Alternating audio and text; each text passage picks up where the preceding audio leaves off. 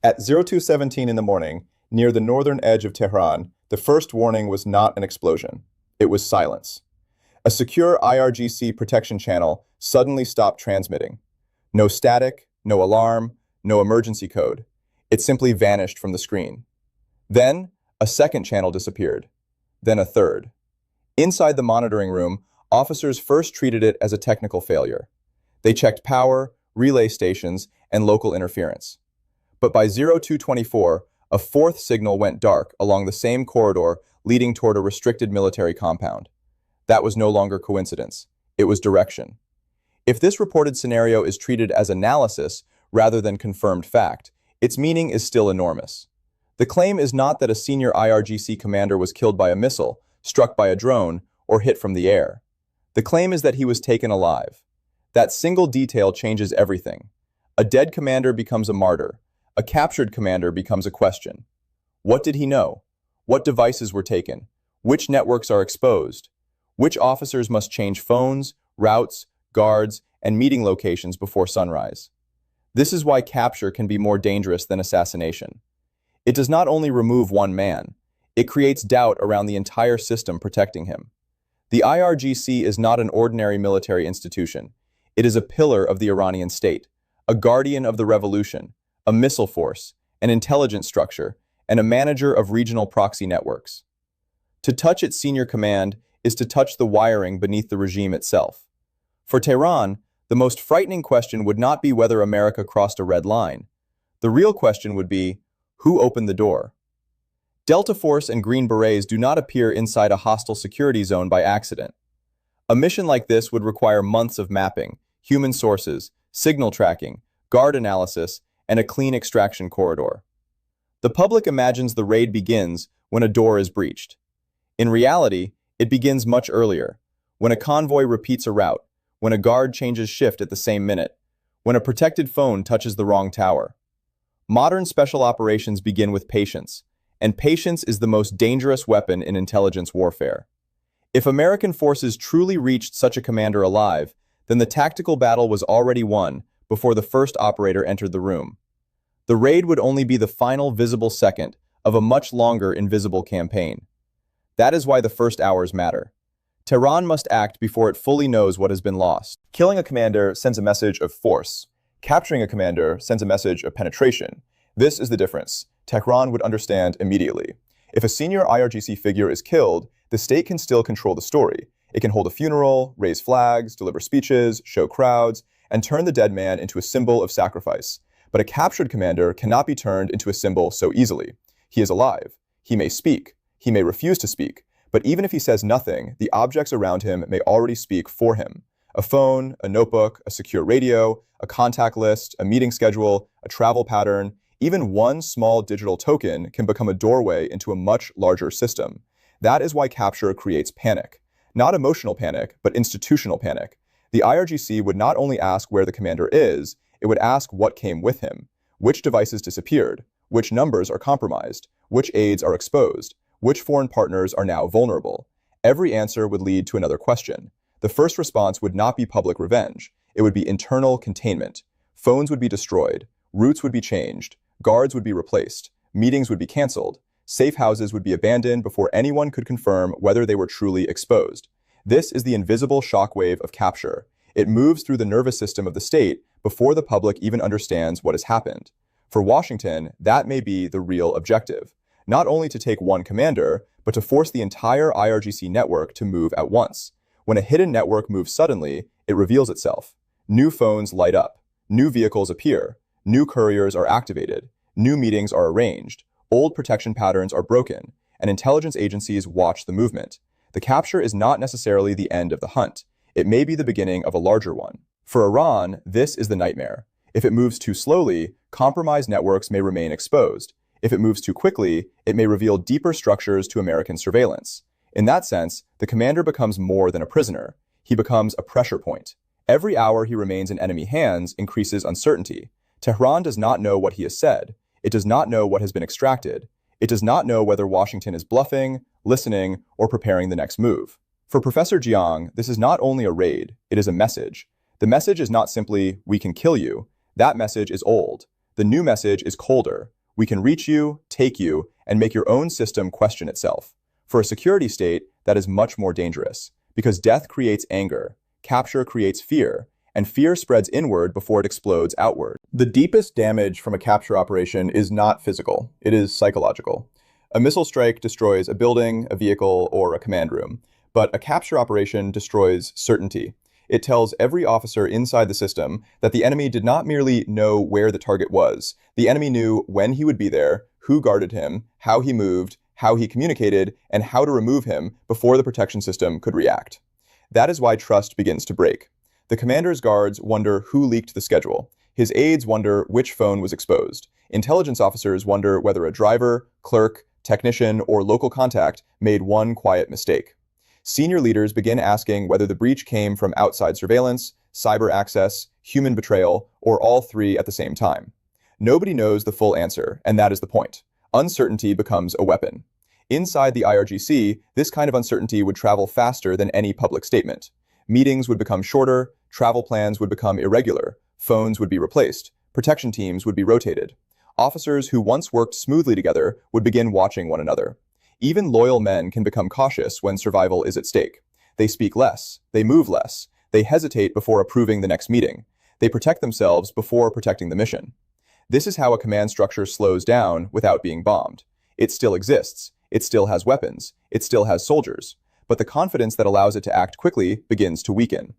Every familiar pattern now looks dangerous. Every routine becomes suspicious. Every silence from Washington feels like a hidden threat. If America says nothing, Tehran wonders what America knows. If America leaks one detail, Tehran wonders what has not been leaked. For Professor Jiang, this is the hidden battlefield. The United States would not need to destroy the IRGC's entire command system. It would only need to make that system doubt its own walls. Once that happens, the target begins doing part of the enemy's work. It changes routes, burns contacts, cancels meetings, and exposes emergency procedures. It moves because it is afraid not to move. But when it moves, it becomes visible. This is why capture breaks trust more deeply than death. Death can be explained through heroism. Capture must be explained through failure. Someone was watched. Someone was predictable. Someone missed the signal. Someone opened the door. The regime may deny this publicly, but privately it must investigate. And every investigation inside a security state creates new fear. A captured commander is therefore not only a prisoner, he is a mirror held up to the system that failed to protect him. And what Tehran sees in that mirror may be more frightening than the operation itself. After the first shock, Tehran would move into containment mode. This would not look dramatic from the outside. There may be no immediate announcement, no clear admission, and no public display of weakness. But inside the IRGC system, the reaction would be fast and severe. The first order would be simple: assume compromise until proven otherwise. That is how security states survive. They do not wait for certainty. They move before the damage becomes visible. Phones would be collected, secure radios would be replaced, guards would be questioned, vehicle routes would be changed, meeting locations would be canceled. Commanders who were scheduled to travel would suddenly stay in place. Others would move without warning. Safe houses would be abandoned. Local contacts would be frozen. Communications with regional networks could be cut, delayed, or shifted to emergency channels. From the outside, this might look like silence. From the inside, it would feel like the entire machine tightening around itself. But a lockdown creates its own danger. When an organization changes too much too quickly, it reveals what it considers important. If one commander disappears and 10 locations are suddenly abandoned, intelligence agencies notice. If certain phones go dark at the same time, analysts notice. If proxy channels in Iraq, Syria, Lebanon, or Yemen suddenly slow down, other governments notice. Emergency behavior is a signal. The harder Tehran tries to hide the wound, the more movement it may create around the wound. This is the paradox. Iran must act to contain the breach, but every act of containment can expose another layer of the network. If it moves too slowly, compromised channels may remain open. If it moves too quickly, American surveillance may map the replacement structure. New couriers, new meeting points, new radio discipline, new vehicle patterns, all of these become fresh intelligence. A successful capture does not end when the commander is removed. It continues when the target system begins reacting. For the IRGC, the political pressure would be just as heavy as the operational pressure. Senior officials would demand answers. Protection officers would blame intelligence units. Intelligence units would blame local security. Local security would blame communications. Everyone would search for the weak link, because admitting systemic failure is more dangerous than blaming one person. A single traitor can be punished. A broken security architecture cannot be fixed overnight. This is why the lockdown matters. It shows that the true battlefield is not only Tehran, not only Washington, and not only the place where the raid occurred. The true battlefield is inside the decision cycle of the Iranian state. Can it still move with confidence? Can it still coordinate with proxies? Can it still threaten the region while fearing that its own rooms are exposed? For Professor Jiang, this is the quiet victory of a penetration operation. It forces the enemy to defend against ghosts. And once a state begins defending against ghosts, it becomes slower, harsher, and more afraid of itself. An operation like this would not begin with helicopters in the night. It would begin with months of invisible work. Before any American operator moved, analysts would need to understand the commander's life as a pattern. Where did he travel? Which roads did he trust? Which buildings did he enter? Which guards stayed close? Which guards rotated? Which phones appeared near him? The target would not be a man alone. The target would be the rhythm around him. Delta Force exists for missions where timing, secrecy, and violence must be controlled within seconds. But the most important part is not the moment of entry. It is the moment before entry, when the team must know that the target is present, the guards are positioned, the exit is open, and the political risk has been accepted. One wrong assumption can turn a capture mission into a firefight, and one firefight inside a hostile capital can become an international crisis before sunrise.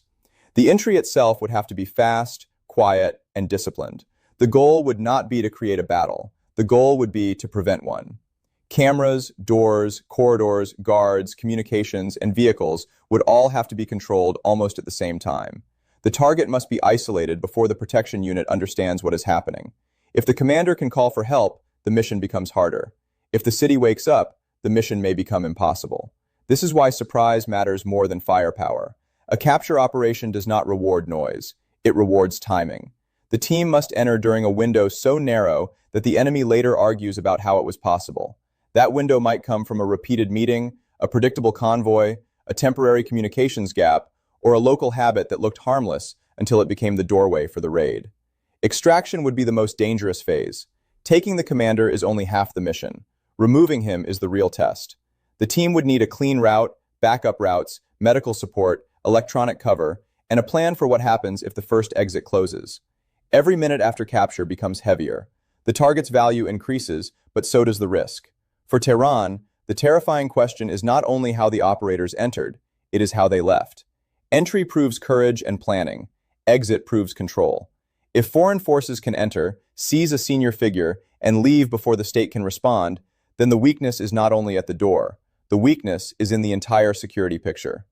For Professor Jiang, the raid is not about special forces mythology. It is about access. And in modern conflict, the side that understands your routine may already be inside your defenses before the first shot is fired. If Delta Force is the blade of the operation, the Green Berets are often the map beneath the blade. Their role is not only combat. Their deeper value is understanding people, terrain, local networks, and the invisible human layer that satellites cannot fully read. In a mission like this, technology can show roads, buildings, vehicles, and heat signatures, but technology alone cannot always explain trust. It cannot always tell who opens a gate, who avoids a checkpoint, who controls a neighborhood, or who quietly knows when a convoy will move. This is where the human map matters. A commander does not live inside one room. He lives inside a network of drivers, guards, aides, clerks, technicians, family routines, trusted routes, and repeated habits. Every powerful man leaves a pattern behind him. The challenge is not only to find that pattern, but to know which part of it can be touched without alerting the entire system. That requires patience, local knowledge, and sources who understand the ground better than any drone. Green Berets are trained to work through relationships. They can build quiet access, study local behavior, and understand how small human details become operational openings. A guard who always smokes outside the same door. A driver who prefers one fuel stop. A communications aide who changes shifts at the same hour. A service entrance that seems unimportant. A neighborhood where security looks strong during the day, but becomes predictable at night. These details may look small, but in special operations, small details become doors. For Tehran, this is more frightening than aircraft or missiles. Missiles come from outside. Human intelligence means someone may have been close enough to observe the inside. Maybe not a traitor at the top, maybe not a dramatic spy. Perhaps only one weak link, one careless routine, one person who talked too much, one pattern repeated too often. That is enough. A modern operation does not always need a perfect betrayal. Sometimes it only needs a habit. This is why the IRGC would immediately begin looking inward. Who knew the meeting location? Who knew the route? Who knew the protection schedule? Who saw the commander in the final hours before the disappearance? The search for answers would become a search for contamination. And once an institution begins searching for contamination, trust becomes fragile.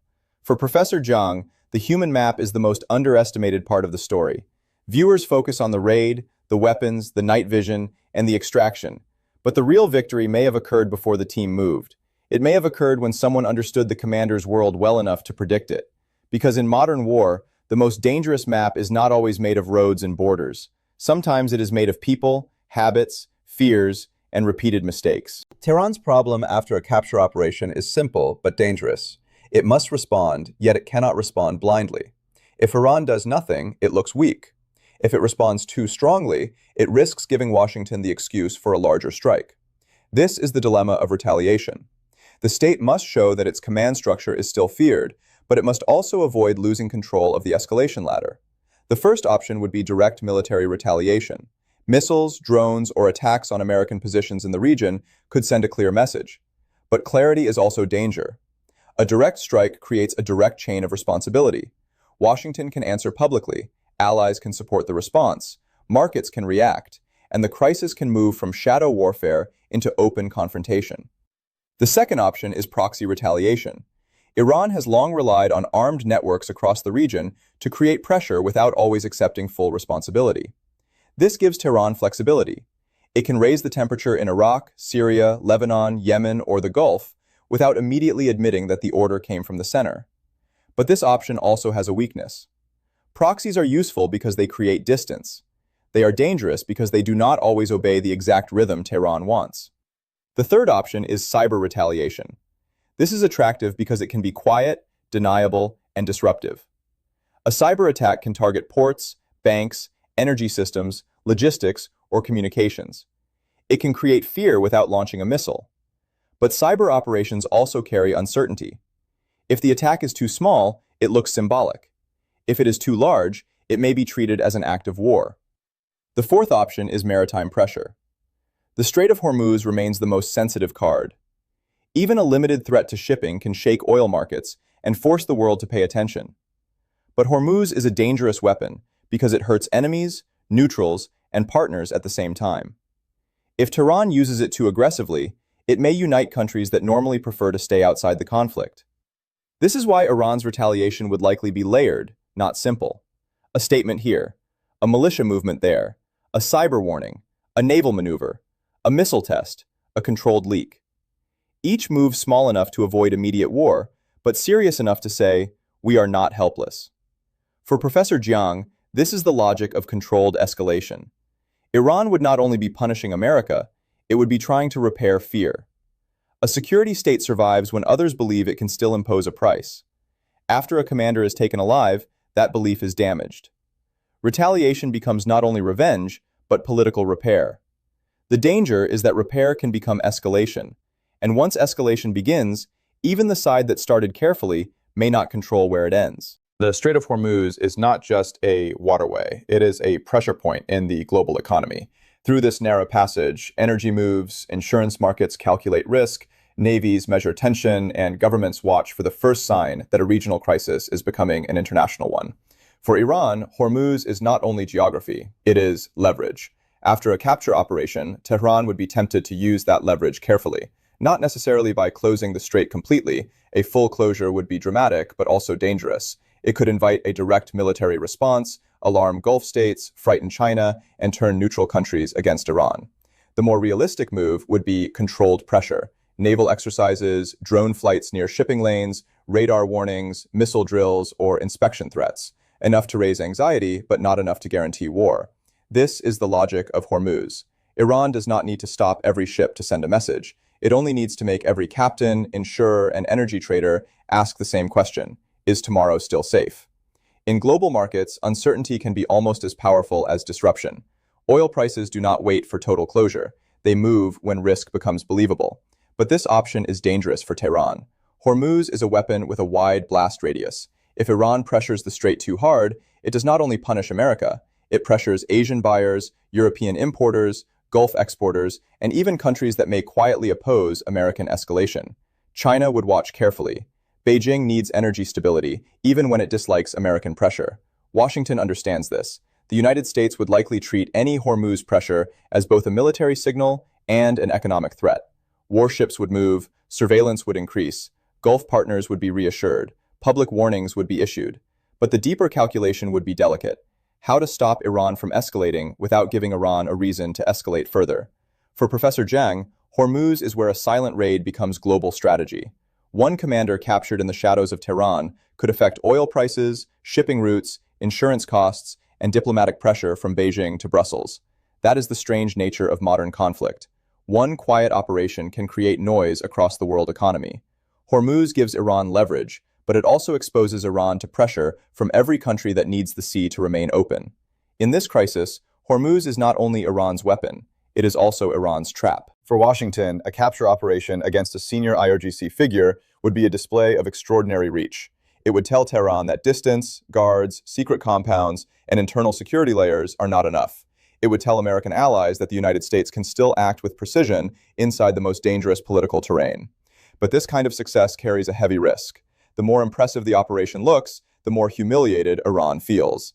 And humiliation is one of the most unstable forces in geopolitics. Washington would gain intelligence, psychological pressure, and a powerful deterrent message.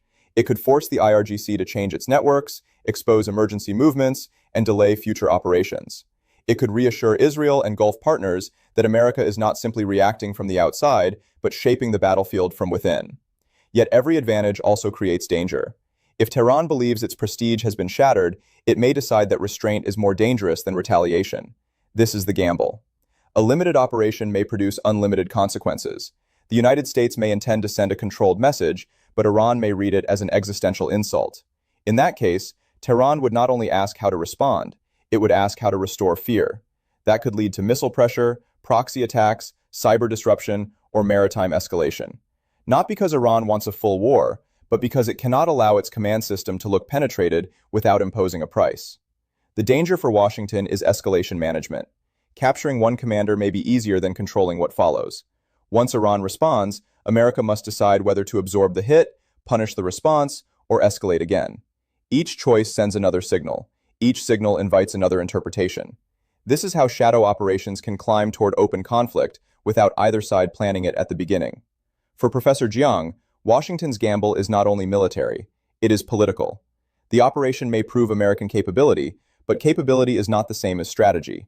Strategy requires knowing what happens the morning after success. What does Iran do? What do oil markets do? What does China say? What does Russia exploit? What do Gulf states fear? What does Israel expect next? If Washington cannot answer those questions, then the raid becomes more than a victory. It becomes a fuse. The United States may have shown that it can reach deep into Iran's security world, but in doing so, it may also have forced Iran to respond in ways neither side can fully control. That is why this gamble is dangerous. Sometimes the most successful operation creates the most unstable aftermath. A capture operation inside Iran would not speak only to Tehran. It would also speak to Moscow and Beijing. This is why the strategic meaning is larger than one commander. Russia and China would not look at the event as a local security failure alone. They would study it as a signal of American reach. The question they would ask is simple. If Washington can penetrate a hardened Iranian security circle, where else can it penetrate?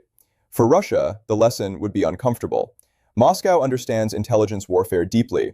It knows that the most dangerous operations are not always the loudest ones. A captured commander means someone mapped protection habits, communications, movement patterns, and human weaknesses. Russia would ask whether similar methods could be used near its own officers, weapons supply routes, or foreign partners. It would also ask whether American intelligence networks are more active than public military posture suggests. For China, the message would be different, but equally important. Beijing watches American power through the lens of long-term competition. It measures aircraft carriers, sanctions, alliances, chips, bases, and trade routes. But a mission like this would remind China that power is not only measured in fleets and markets, it is also measured in access to phones, access to people, access to routines, access to the private spaces where states believe they are safe. This is why the operation would matter beyond the Middle East. It would show that even in an age of satellites, drones, and missiles, human intelligence still has strategic value. A state can build air defenses, it can hide missiles underground, it can harden bases, but it cannot easily armor every driver, aide, technician, and routine. Great powers understand this very well. The weakest point in any system is often not a weapon. It is a person repeating a habit. Moscow and Beijing would also watch Iran's reaction. If Tehran overreacts, they learn how humiliation can destabilize a partner. If Tehran stays silent, they learn how penetration can paralyze a state. If Tehran moves too quickly, they watch what emergency behavior reveals. In every scenario, the capture becomes a case study. For Professor Jiang, this is the quiet message beneath the noise. The United States may be telling its rivals, do not measure us only by the ships you can see, the bases you can count, or the speeches you can quote. Measure us also by the doors we may already understand. In modern competition, the most dangerous battlefield is not always the front line. Sometimes it is the trusted room, the repeated route, the familiar phone, and the human pattern nobody thought was important until it was too late. The most important lesson from this scenario is not that one commander may have been captured. The deeper lesson is that modern war no longer begins only with explosions. It begins when a state loses confidence in the spaces it once believed were safe. A locked room, a protected convoy, a secure phone, a trusted guard, a familiar route. These things look ordinary, but together they form the hidden architecture of power. When that architecture is penetrated, the damage spreads far beyond one man. For Iran, the danger would not be only the missing commander. It would be the questions left behind. Who knew the schedule? Who watched the route? Who accessed the communication chain? Who failed to see the pattern forming? Every unanswered question becomes pressure. Every precaution creates delay. Every internal investigation weakens trust. And every moment of uncertainty forces the regime to defend not only against America, but against doubt inside its own system. For Washington, the warning is also serious. A successful operation can create confidence, but confidence can become overreach. If America believes that precision always produces control, it may underestimate the political shock that follows. Iran may not respond where expected. It may not respond immediately. It may choose proxies, cyber pressure, maritime tension, or a slow campaign of attrition. The battlefield after the raid may be wider than the battlefield before it. For the region, the risk is escalation by interpretation. Iran interprets silence as threat. America interprets movement as preparation. Israel interprets weakness as opportunity. Gulf states interpret Hormuz pressure as economic danger. Russia and China interpret the event as a test of American reach. Each actor sees the same incident through a different fear. That is how crises expand. For Professor Jiang, the final point is cold. In the old world, deterrence was built on visible power: missiles, ships, bases, and armies. In the new world, deterrence is also built on invisible access. Who can enter your network? Who can read your habits? Who can touch your protected people? Who can make your commanders doubt their own security? A state can survive an attack on a building. It can survive a damaged ship. It can survive a lost commander. But it struggles to survive the feeling that the enemy already understands its routines better than it understands its own weakness. That is the true danger of this story. Not the raid itself, but the fear it leaves behind. Because once trust is broken inside a security state, every closed door begins to look open, and every silence begins to sound like the next operation has already begun.